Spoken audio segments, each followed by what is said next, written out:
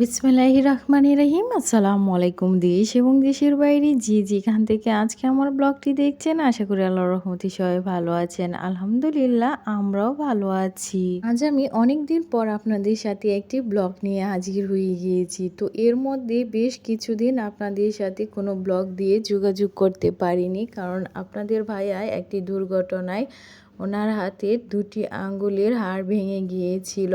তো তারপরে তার অপারেশন করে হাড়গুলি জোড়া লাগানো হয়েছে এবং বেশ কিছুদিন আপনাদের ভাইয়াকে নিয়ে হসপিটালে থাকতে হয়েছে। তো তার জন্যে আমি কোনো ব্লগ এর মধ্যে শেয়ার করতে পারিনি। এখন আপনাদের ভাইয়া আল্লাহর রহমতে অনেকটা সুস্থ আছে, তো তার জন্যে আবার ব্লগটি দেওয়া শুরু করছি। তো ইনশাল্লাহ এখন থেকে আগের মতো রীতিমতো ব্লগ দেওয়া শুরু করব। তো আমি ভিডিওটা করেছিলাম আপনাদের ভাইয়া যেদিন ছুটিতে আসে তার পরের দিনে আমরা নিকলিতে ঘুরতে গিয়েছিলাম। তো তারই ভিডিও হচ্ছে এটা। তো গ্রামের বাড়িতে যাওয়ার পরে অনেকগুলি ব্লগ তৈরি করে রেখেছিলাম, কিন্তু এডিটের জন্যে এবং ভয়েসের জন্যে দিতে পারিনি। আবার তারপরে আপনাদের ভাইয়া একটি দুর্ঘটনাতে হাত ভেঙে ফেলে, তো তার জন্যও আর আমি কোনো ব্লগ দিতে পারিনি। তো এখন আপনাদের ভাইয়া যেহেতু আল্লাহর রহমতে অনেকটা সুস্থ হয়ে গিয়েছে, তো এখন থেকে গ্রামের যেগুলি ব্লগ তৈরি করে রেখেছিলাম, তো সবগুলি ব্লগে ইনশাল্লাহ আপনাদের সাথে শেয়ার করব। আপনারা সবাই অবশ্যই আপনাদের ভাইয়ার জন্যে দোয়া করবেন যেন পুরোপুরি সুস্থ হয়ে যায় খুবই তাড়াতাড়ি। আপনাদের ভাইয়াকে এখন একটু দেখিয়ে দিচ্ছি যে কোন হাতটা ভেঙেছে, এবং আমার দুই ছেলে তার আব্বু অসুস্থ হওয়ার পর মাশাল্লাহ খুবই সেবা যত্ন করছে, তো এটা দেখেও খুব ভালো লাগছে। তো বড় ছেলে এবং ছোট ছেলে মিলে এখন লেবু দিয়ে শরবত করে নিয়ে এসেছে, তার আব্বুকে খেতে দিচ্ছে। তো এই জিনিসটা দেখে আমার কাছে মাশাল্লাহ মাশাল্লাহ খুবই ভালো লাগলো, যে বাবার প্রতি দুই ছেলেরই কত যত্নবান সেটা দেখে। তো আলহামদুলিল্লাহ, যেন সারা জীবন এভাবে যত্ন করে যেতে পারি বাবা মার আমার দুই ছেলে। তো তাদের জন্যে দোয়া রইল। ওই দিন আমরা নিকলিতে ছাতির চর অঞ্চলটা দেখার জন্যেই যাচ্ছিলাম। তো যেতে যেতে আমি রাস্তায় কিছু ভিডিও করতে করতে যাচ্ছিলাম, কারণ আমার কাছে খুবই ভালো লাগছিল ওইখানের আবহাওয়া এবং পরিবেশটা খুবই সুন্দর লাগছিল। আর প্রচুর বাতাস ছিল, তো পানির কাছে একটু বাতাসটা বেশি থাকে, হয়তো বা তার জন্যে বাতাস ছিল। আর হাওরের মাঝখানে একটি রাস্তা গিয়েছে, পাকা রাস্তা, তো ওই রাস্তা দিয়েই আমরা যাচ্ছিলাম ছাতির ছড়িয়ে।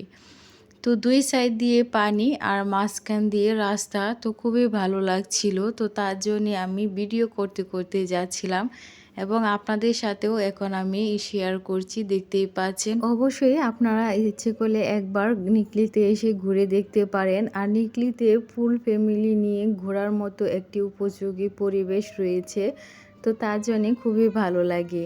আর আমাদের পরিবারেরও সবাই মিলিয়ে আমরা গিয়েছিলাম ওই দিন নিকলিতে ঘুরতে। তো মাশাল্লাহ খুবই ভালো লেগেছিল, ওই দিনটা আমাদের খুবই ভালো কেটেছে। তো তারপরের দিনে আপনাদের ভাইয়ার একটি দুর্ঘটনায় বলেছি আগেই যে হাত ভেঙে গিয়েছিল, তো তার জন্যে আর ভিডিওগুলি দিতে পারিনি। তো এখন এক এক করে সবগুলি ভিডিও আপনাদের সাথে শেয়ার করব। তো এখানে একটি ব্রিজ রয়েছে, তো ব্রিজের মধ্যে ওয়েদারটা ভালো দেখাচ্ছিল, তো আপনাদের ভাইয়া তার জন্য এখানে নেমে একটু ভিডিও করছে এবং জেলে নৌকা দিয়ে মাছ ধরছিল, তো সেটাও একটু আপনাদের ভাইয়া ভিডিও করে নিচ্ছে।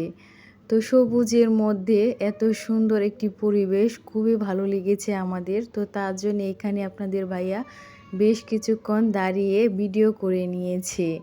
তো তারপরে আবার অটোতে উঠে গিয়েছিলাম, গিয়ে তারপরে আবার চলতে চলতে আবার একটু ভিডিও করে নিয়ে তারপরে আপনাদের ভাইয়া এখন বলছে যে একটু ছেলেকে নিয়ে হাঁটবে, তো তার জন্য আমি পিছন থেকে একটু ভিডিও করে নিচ্ছি। তো দেখতেই পাচ্ছেন বাপ ছেলে হাঁটছে, আর বড় ছেলে তার মামার সঙ্গে অন্য অটোতে ছিল, তো তার জন্য আর বড় ছেলেকে নিয়ে হাঁটতে পারিনি।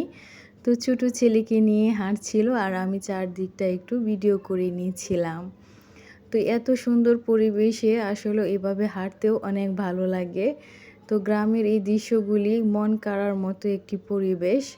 তো আপনাদের সাথে এখন আমি একটি জিনিস শেয়ার করাচ্ছি। দেখতেই পাচ্ছেন এখানে অনেকগুলি হাঁস দলবদ্ধভাবে রয়েছে। তো এই অঞ্চলের মানুষ নাকি এভাবে হাঁস পালন করে, সকাল থেকে সন্ধ্যা পর্যন্ত হাঁসগুলিকে পানিতে ছেড়ে রাখে এবং সন্ধ্যার দিকে তা বাড়ি ফিরিয়ে নিয়ে যায় হাঁসগুলিকে। তো এটা হচ্ছে ওদের একটা অনেক বড় সুবিধা। তো হাঁসকে বাড়তি খাবার দিতে হয় না, পানি থেকেই ওরা মাছ খেয়ে থাকে। তো তার জন্যে খরচও কম হয়। তো বর্ষাকালে সিজনে ওরা এভাবে হাঁস পালন করে। আপনাদের ভাইয়া এবং আমার ছোট ছেলে দেখতেই পারছেন হাঁটতে হাঁটতে একটি হোটেলের কাছে চলে এসেছে। তো এই হোটেলটির মধ্যে অনেক রকমের খাবারও রয়েছে। তো রাস্তার মধ্যে ইচ্ছে করলে আপনাদের যদি কোনো কিছু খেতে ইচ্ছে করে তাহলে গাড়ি থামিয়ে এখান থেকে খেয়ে নিতে পারেন। দিল্লিতে আগে কখনো আমি আসিনি, এই প্রথমবার এসেই আমার কাছে অনেক ভালো লেগেছে। আর সত্যি বর্ষাকালে নিকলিতে আসলে খুবই ভালো লাগে, কারণ চারিদিক দিয়ে শুধু পানি আর পানি থাকে, তাই খুবই ভালো লাগে আসলে।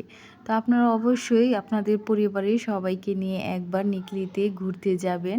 তো আপনাদের কাছেও ভালো লাগবে ইনশাল্লাহ। এর মধ্যে চলে এসেছি ঘাটে। তো এই ঘাট থেকে একটি ট্রলার ভাড়া করে তারপর আমরা ছাতির চরে ঘুরতে যাব।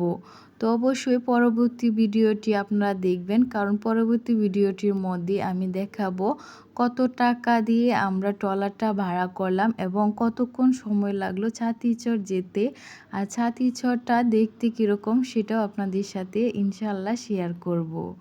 তো আজ ব্লগটি এখানেই শেষ করছি। সবাই ভালো থাকবেন, সুস্থ থাকবেন এবং আমাদের জন্যও দোয়া করবেন। আল্লাহ হাফিজ।